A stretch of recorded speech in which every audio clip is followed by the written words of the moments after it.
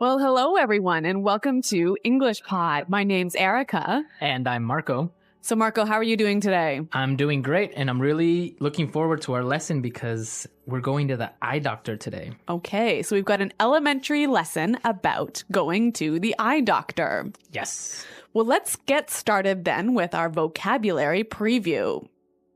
Vocabulary preview. We have 3 words today in our vocabulary preview. All 3 words come from our dialogue. Our first word is struggle. Struggle. Struggle. Struggle. So, Marco, when I struggle to do something, what does that mean? It means it's difficult. It means that you have a hard time, so you can't really do it very quickly. So you have to try really hard. You have to try really hard. Yeah, to do something that's difficult. Yes. Okay, our next word is Blurry. blurry. Blurry. Blurry. B-L-U-R-R-Y. Blurry. Whenever something is blurry, you can't really see it well. It's not clear. Right. That's right. Everything will be blurry. Mm-hmm. Okay, and our final word is Prescription. prescription. Prescription. Often when you go to the doctor and you need some medicine, he writes out a prescription. Right. A little paper that says all the medicine that you need, and then you can go to the drugstore and buy it. Exactly. Mm-hmm. Okay, so those 3 words you'll hear in today's dialogue, and I think it's time we listen to the dialogue.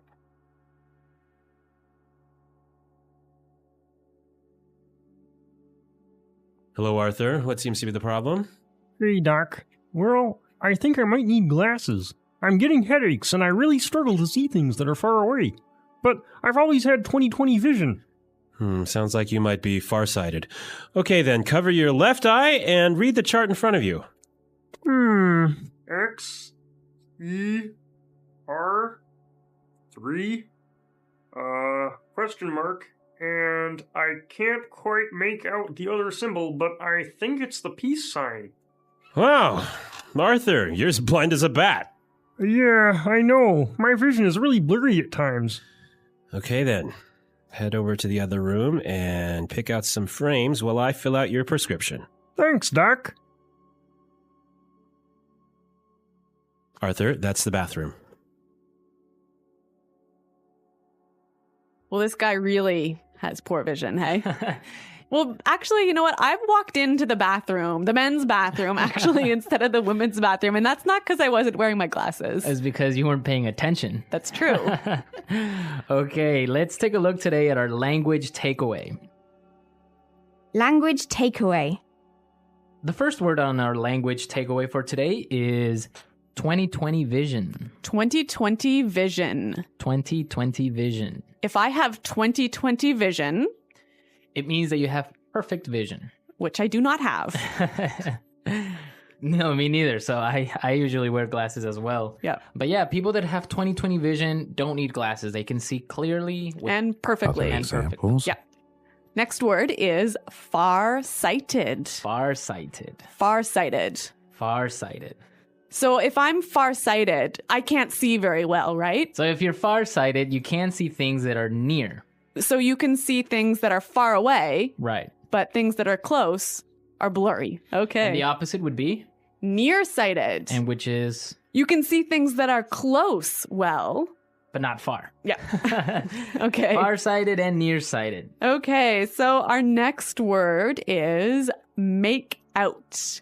Make out. Make out. Make out. Make out. That's kind of a funny little phrase. And let's listen to a few examples of this phrase so we can understand how it's used. Example 1. I can't make out what this says. The writing is too small. Example 2. If you look carefully, you can almost make out a few of the stars in the sky. Example 3. Can you see what's written on the sign there? No, I can't quite make it out. Okay, so basically make out is to see clearly. Exactly. Make out. To see. Okay. And our last word for language takeaway today is blind as a bat. Blind as a bat. Blind as a bat. So this is a really funny sounding expression, one of these weird English idioms. Yeah, it's a really common expression that just means that you can't see, Exactly. So it's not like you actually are blind, right? but you just really can't see very well. Okay. All right, we saw 4 great words today in our language takeaway. Now I think we can listen to our dialogue another time. But this time, it's going to be slower so we can pick up all these great words that we just talked about. Hello, Arthur. What seems to be the problem? Hey, Doc. Well, I think I might need glasses. I'm getting headaches, and I really struggle to see things that are far away. But I've always had 20/20 vision. Sounds like you may be farsighted. Okay, then. Cover your left eye and read the chart in front of you. X, E, R, 3, question mark, and I can't quite make out the other symbol, but I think it's a peace sign. Wow. Arthur, you're as blind as a bat. Yeah, I know. My vision is really blurry at times. Okay, then. Head on over to the other room and pick out some frames while I fill out your prescription. Thanks, Doc. Arthur, that's the bathroom. Preview. All right, great stuff on our dialogue. And with this, we can start now with putting it together. Putting it together. So we saw a couple useful phrases in this dialogue, and I think we can show you how to use these phrases in a few different ways. Right. The first one that we have today is what seems to be. So we heard in the dialogue, the doctor said, What seems to be the problem? we can use this same expression in a number of different ways. Let's listen. Example 1. What seems to be the problem? Example 2. What seems to be the matter? Example 3. What seems to be the trouble? Okay, so with these examples, we can see how we can use the phrase what seems to be in many different ways. Yeah, it's a great way of asking, what's the problem? So now let's take a look at another phrase. We heard in the dialogue, the doctor said, head on over to the other room. Right. And with this phrase, head on, we can combine it with other prepositions to indicate another place. Exactly. Let's hear 3 examples. Example 1. Head on in. Example 2. Head on out. Example 3. Head on up. Okay, so for example, we can say, head on into the house, it's gonna rain soon. Or we can say, hey guys, let's head on out to the park. Or I can also say, head on up to my room, I'll be there in a second. Great. Those are some cool phrases. Right, and they're real useful. So why don't we listen to our dialogue and maybe we'll hear them again. Hello, Arthur. What seems to be the problem? Hey, Doc. Well, I think I might need glasses. I'm getting headaches, and I really struggle to see things that are far away. But I've always had 20/20 vision. Sounds like you might be farsighted. Okay, then, cover your left eye and read the chart in front of you. X, E, R, 3, question mark, and I can't quite make out the other symbol, but I think it's the peace sign. Wow, Arthur, you're as blind as a bat. Yeah, I know. My vision is really blurry at times. Okay, then. Head over to the other room and pick out some frames while I fill out your prescription. Thanks, Doc. Arthur, that's the bathroom. Okay, so talking about going to the eye doctor today, I have a question for our listeners. A challenge for the listeners. What's it called when you can't distinguish colors? So like when you can't tell the difference between red and blue and green. Right. So what is that condition called? So there's like a technical term. We want the technical term. We want the technical term. So we'll be looking for it on our comments page, and be sure to, if you know the answer, post it. at englishpod.com. Also, if you have questions about today's lesson or any other lesson, please come and visit our website and ask us. Yeah, we hope to see you there, but until then, it's Goodbye. bye.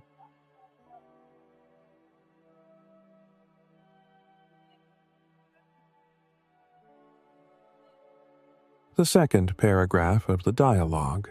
All right, so are you ready? Let's decode some eye doctor lingo. You know, like all those medical terms and phrases you hear at the eye doctor that make you feel like you're learning a whole new language. Yeah, it really is fascinating how we develop specialized vocabulary for just about every single aspect of our lives. Right.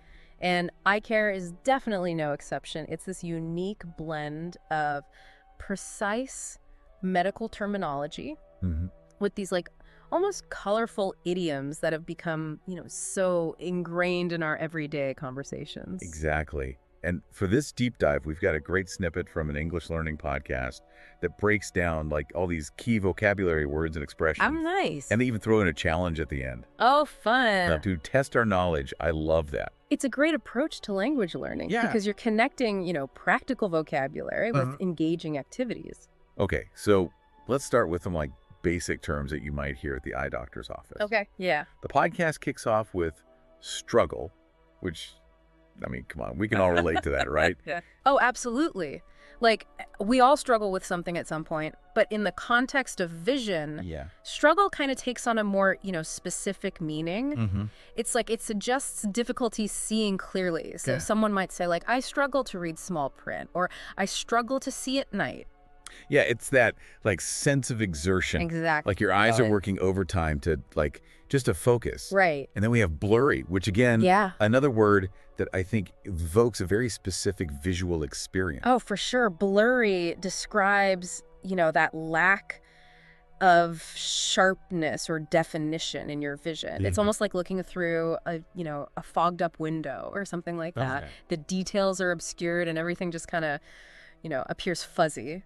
I would think of those eye charts with the letters getting progressively smaller. Yes. When they start to blur together, you're like, oh, okay. And that's time for a new prescription. Yeah. Yes, exactly. Yeah. Speaking of prescription, that's another essential term in eye care, right? Oh, absolutely. It refers to like the specific lens power that you need to correct vision problems. Right. It's like, a personalized formula for your eyes that's carefully determined by the eye doctor. Right. To bring the world back into focus. Vocabulary for you. preview. It's amazing. It is remarkable. Yeah. How precise those measurements are. Oh, yeah. Even like a slight adjustment I know. in your lens power can make such a significant difference in how clearly you can see. And it's also a good reminder that our vision can change over time, which is why those regular eye exams are so important. Yes. So important. Okay, now let's shift gears a bit. Okay. And explore some, idioms related to vision. Oh, fun. Have you ever heard the phrase 20/20 vision? Oh, of course. I mean, that's practically synonymous with perfect vision, right? Yeah. It's like a benchmark that so many people kind of aspire to. But I'm curious, do you actually know where that phrase comes from? I don't. I've always just assumed it had something to do with like seeing clearly at a distance. Well, you're on the right track. Okay. So it comes from the Snellen chart. Oh. You know that iconic eye chart? Oh, yeah, with the rows of letters. Exactly, with the rows of letters that get smaller and smaller as you go down. Right. So 20/20 vision basically just means that you can see at 20 feet what a person with normal vision should be able to see at that distance. So it's like a standardized measurement system. Exactly. Kind of like using a ruler to measure length or something. It is. That's a great way to think about it. Interesting.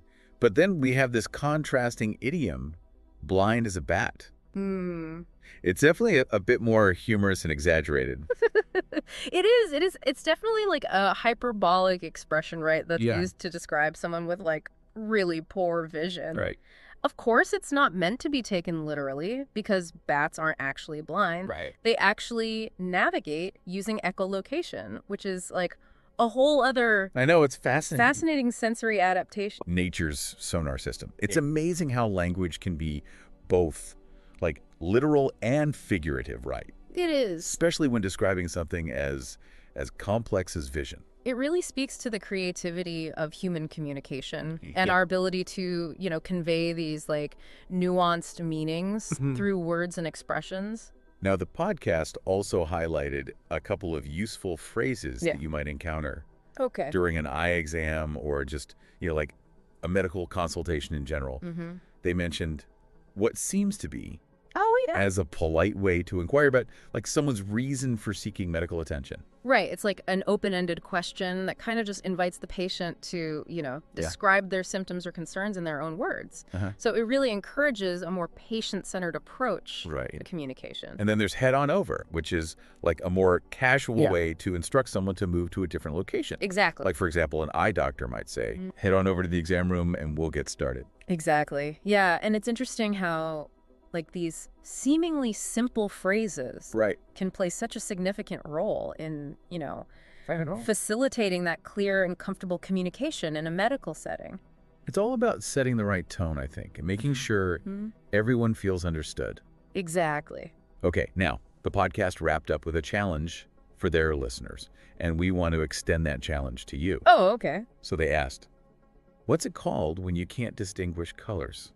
Ooh. So think you know the answer. Okay. We'll reveal it in just a bit, but first, let's take a quick pause, and then we'll dive back in Sounds good. to some more insightful vocabulary. All right. Okay. So let's revisit that challenge. Yes. The question was, what's it called when you can't distinguish colors? And the answer is, drum roll, please. Color blindness. Yes. It's a condition that affects, the way people perceive color. Exactly, color blindness. Or color vision deficiency occurs when the light-sensitive cells in your eyes, called cones, are either missing or not functioning properly. Interesting. And these cones are actually responsible for detecting different wavelengths of light, which we perceive as color. So it's not that someone sees everything in black and white, right? Exactly. That's actually... It's like a common misconception I think I've heard. It's a very common misconception, yeah.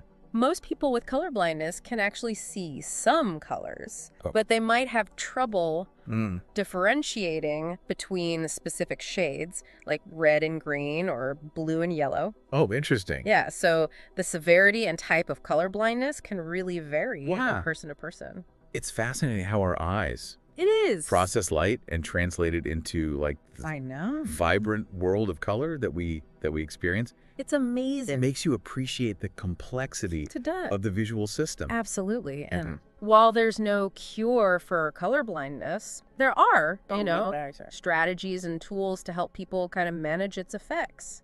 Okay. Like special lenses can enhance Interesting. color perception for some Vocabulary preview. It's a good reminder that we all experience the world differently. And I think language plays a crucial role in like helping us articulate those differences. Absolutely. Speaking of language, Yes. the podcast introduced a couple more terms related to vision Okay. that I think a lot of us have heard before.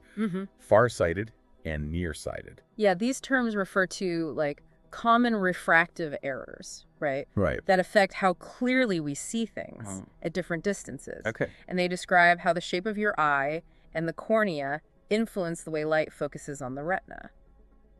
So if I'm farsighted, does that mean I can see things far away more clearly than things up close? Exactly. Farsightedness, Okay. also known as hyperopia, occurs when the eyeball is too short or the cornea is not curved enough. Interesting. So this causes light to focus behind the retina instead of directly on it, Okay. which results in blurry near vision. So nearsightedness is essentially the opposite then, right? Yes, nearsightedness Okay. or myopia is when the eyeball is too long or the cornea is too curved. Got it. So it causes light to focus in front of the retina, Okay. making distant objects appear blurry. It all comes down to how light bends as it passes through the eye Exactly, and where it yeah. ultimately lands on the retina. Yes. I remember learning about that in like science class. But it's really interesting to hear these terms used in a like practical everyday context. It really reinforces the idea that medical terminology isn't just for doctors, right? It's for everybody. And it empowers all of us to really understand and communicate Other examples? about our own health and well-being. Absolutely. Yeah. The more we understand the language of healthcare, the better equipped we are, I think, to advocate for ourselves Exactly. and make informed decisions. Absolutely. Now, the podcast also included a phrasal verb that I thought was interesting. Yeah. Make out. Oh, yeah. They used it in the context of like trying to see something clearly. Right. Like a symbol on an eye chart. So in this sense, make out basically just means to perceive or discern something, but with difficulty. Got it. So it implies that you're really like straining your eyes or focusing intently to try to make sense of what you're seeing. Right. So there's a sense of like visual effort involved. Yeah, so you might say something like, I can barely make out the words on that sign from this distance. Exactly. Exactly. It conveys the idea that you're able to see something, but it's not clear or easily recognizable. Right. It might be too small or too far away or obscured in some way. And sometimes you just can't make it out at all. And sometimes you just can't. And that's when we rely vocabulary on, preview. You know, our trusty eyeglasses or contact lenses. Yes. To help us see more clearly. They help to sharpen our vision and really bring the world into focus, you know? Yeah. Both literally and figuratively. You know, they can enhance our visual perception and allow us to kind of engage with the world more fully. So it's amazing how much we really rely on our sense of sight. Yeah. And how language helps us navigate both the joys and the challenges of visual perception. Absolutely. Language provides us with the tools to, you know, describe our experiences, seek solutions, connect with others who share similar challenges. Yeah, it's a powerful tool for understanding ourselves and the world around us. And that's what makes these deep dives so rewarding. It is. We're not just learning new words, but we're like expanding our understanding of the world and ourselves. We're exploring these intricate connections between language, health, and the human experience. It's fascinating. We've really covered a lot of ground in this deep dive. We have. You know, from basic vocabulary like struggle and blurry to like more nuanced idioms like blind as a bat. Right. We've explored, I think, a whole range of terms and expressions related to vision. It is remarkable. It really is. How language can be both precise and playful. I know. When you're describing something as complex as this sight. You know what I find particularly fascinating? What's that? Is how these terms like reflect our cultural understanding of vision and perception. It's so true. Like idioms, for instance, like 20/20 vision. They've become so deeply ingrained in our language that they like shape our expectations of what it means to see normally. Exactly. It's like a shared cultural shorthand almost. Like we instantly know what someone means when they say they have, you know, perfect vision. Right. Even though like that phrase isn't always literally true. Right, because there's a whole spectrum of visual experiences. Yes. And language helps us like navigate those nuances. It really does. So then it raises an important question. Okay, what's that? How does language influence our understanding of health and the body? Oh, that's a good one. Particularly in the context of vision and perception. Oh, that's a really interesting question. I know, right? Think about it. Like the words we use to describe our symptoms, the way we frame our experiences, even the medical terminology that we encounter. All of that can really shape our understanding of what it means to see and perceive the world around us. You're so right. Yeah. It's not just about like the physical mechanics of vision. Right. It's about like how we communicate those experiences and how those communications in turn kind of like influence our understanding of ourselves and our own health. It's really fascinating. It is. It's a really fascinating area to explore. Yeah, language has the power to both illuminate and at times obscure the complexities of human health. That's well said. Thank you. Well, if you're feeling inspired to like delve deeper into this, into the language of eye care, we encourage you to check out the full English learning podcast that we referenced in this deep dive. Yeah, they have a ton of great lessons. They do. On all sorts of topics, from everyday conversations to more specialized fields like healthcare. And remember, language learning is an ongoing journey. It is. The more we engage with new words and concepts, the richer our understanding of the world becomes. Absolutely. So keep those eyes peeled for interesting language, whether you're at the eye doctor's office or just out and about in the world. Exactly. You never know what linguistic gems you might discover. Exactly. And as you continue to explore this fascinating world of language, ask yourself, what's that? How does language shape your own understanding of health, Yeah. of the body, and the way you perceive the world around you? It's a great question to ponder.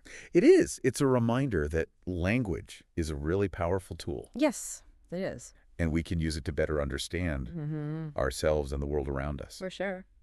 Well, thanks for joining us on this eye-opening adventure. Oh, of course. Into the world of eye doctor vocabulary and idioms. That's been fun. Until next time, keep those minds sharp and those conversations flowing.